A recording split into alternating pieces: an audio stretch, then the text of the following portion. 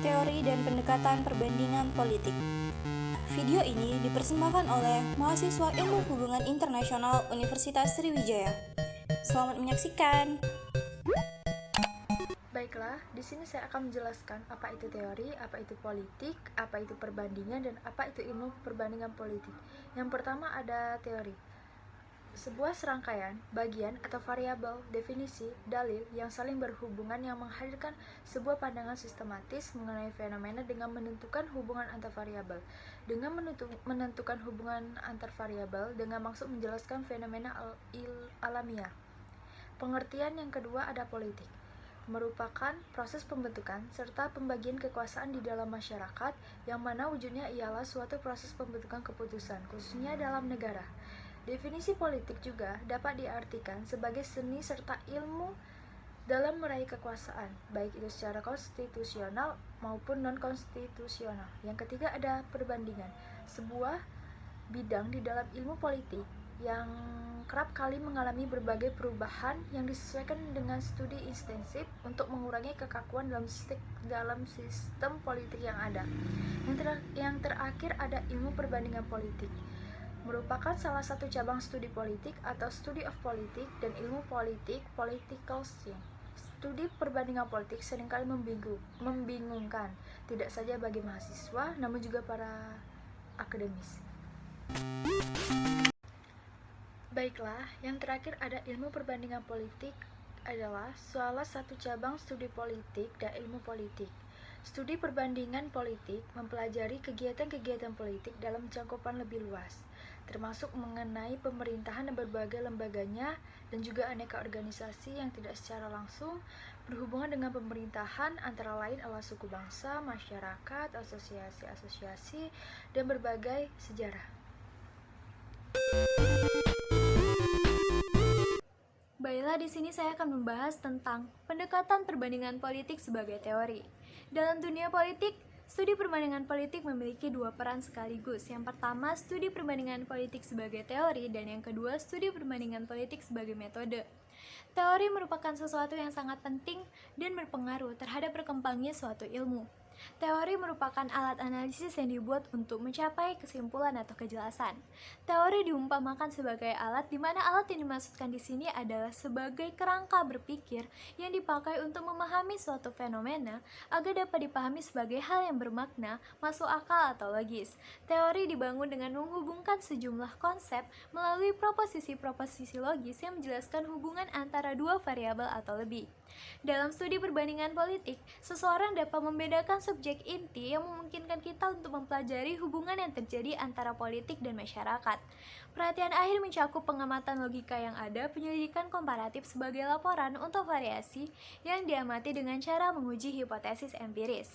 Penggunaan pengembangan teori yang positif sebagai batu loncatan yang digunakan untuk memajukan pengetahuan kita tentang politik dan masyarakat. Fitur utama dari hal ini yaitu pendekatan ilmu pengetahuan sosial dan hubungan antara pertanyaan penelitian, desain penelitian, dan analisis data empiris pada dasar metode statistik. Pendekatan komparatif sebagai cara khas menganalisis dan menjelaskan sosial dan perkembangan politik yang ada. Baiklah, di sini saya akan menjelaskan mengenai awal mula munculnya teori perbandingan politik. Hal yang menjadi pendorong timbulnya studi perbandingan politik ialah sekitar awal pertengahan abad ke-20, perbandingan politik banyak mengalami perkembangan di Amerika. Menurut Almond, setidaknya ada 3 fenomena penting seiring berakhirnya Perang Dunia Kedua yang mempengaruhi perkembangan studi perbandingan politik. Fenomena yang pertama yaitu munculnya negara-negara di Timur Tengah, Asia, dan Afrika. Hal tersebut menjadi daya tarik tersendiri untuk dipelajari oleh para ilmuwan yang mendalami studi perbandingan politik. Yang kedua adalah negara-negara kawasan Atlantik mengalami kemerosotan, dominasi, dekolonisasi pada negara-negara dunia ketiga, serta penyebaran kekuasaan internasional. Dan yang terakhir adalah munculnya komunisme, pesaing dalam perebutan pengaruh di dalam suatu negara yang membawa dan memperjuangkan kapitalisme dan komunisme. Berkembang pesatnya para pemikir ilmu politik barat terhadap negara-negara baru di luar Eropa Barat dan Amerika karena adanya kehidupan politik yang berlainan. Hal tersebut yang menjadi pemicu para ilmuwan politik barat untuk melakukan perbandingan antara kedua kehidupan politik tersebut. Negara-negara baru tersebut sebagai wilayah baru, sehingga studi ini disebut sebagai studi wilayah atau studi kawasan. Dan juga hal ini memiliki tujuan untuk menemukan persamaan-persamaan serta perbedaan-perbedaan antara sistem pemerintahan dan sistem politik yang ada. Pendekatan perbandingan politik. Dalam studi hubungan internasional, terdapat 4 pendekatan yang dapat dilakukan dan telah sering digunakan dalam telaah komparatif. Adapun keempat pendekatan tersebut ialah yang pertama, yakni pendekatan tradisional atau biasa disebut dengan traditional approach. Secara historis, metode ini telah menghubungkan fakta dan nilai dalam studi politik komparatif, di mana pendekatan ini cenderung mendeskripsikan institusi politik tanpa mencoba membandingkannya daripada menentukan jenisnya seperti perbandingan antara sistem parlementer dan presidensial.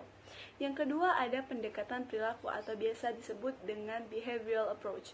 Metode ini merupakan respon terhadap spekulasi teoritis, memberikan penjelasan, kesimpulan, dan penilaian berdasarkan norma atau aturan dan standar kekuasaan serta etnosentrisme, formalisme, dan deskripsi barat. Deskripsi tersebut merupakan ciri dari metode tradisional kontemporer.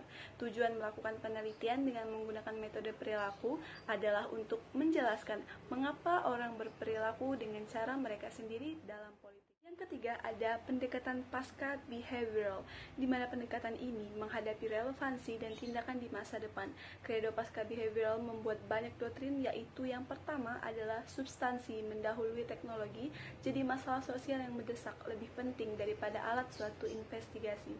Yang kedua ada behavioralisme itu sendiri adalah konservatif dalam ideologi terbatas pada abstraksi daripada kenyataan pada saat krisis.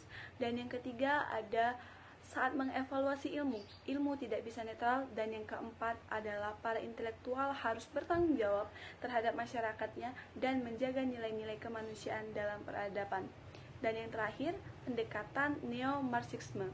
Teori ini meyakinkan bahwa seluruh fenomena sosial adalah suatu kesatuan dan tidak dapat dipisahkan menjadi bagian-bagian yang berdiri sendiri, seperti politik yang tidak ada kaitannya dengan ekonomi ataupun ekonomi yang lepas dari budaya dan sebagainya. Baiklah, di sini saya akan menjelaskan mengenai pendekatan alternatif di dalam teori perbandingan politik, di mana alternatif di dalam teori perbandingan politik memiliki 3 poin. Yang pertama, yaitu pendekatan institusionalisme, di mana pendekatan ini memiliki pendapat bahwa meminjam, bersikap rasional, mencari cara untuk membatasi dirinya, dan untuk melakukan secara jelas dan juga kredibel, sehingga pemberi pinjaman akan menyadari bahwa peminjam akan menepati janjinya.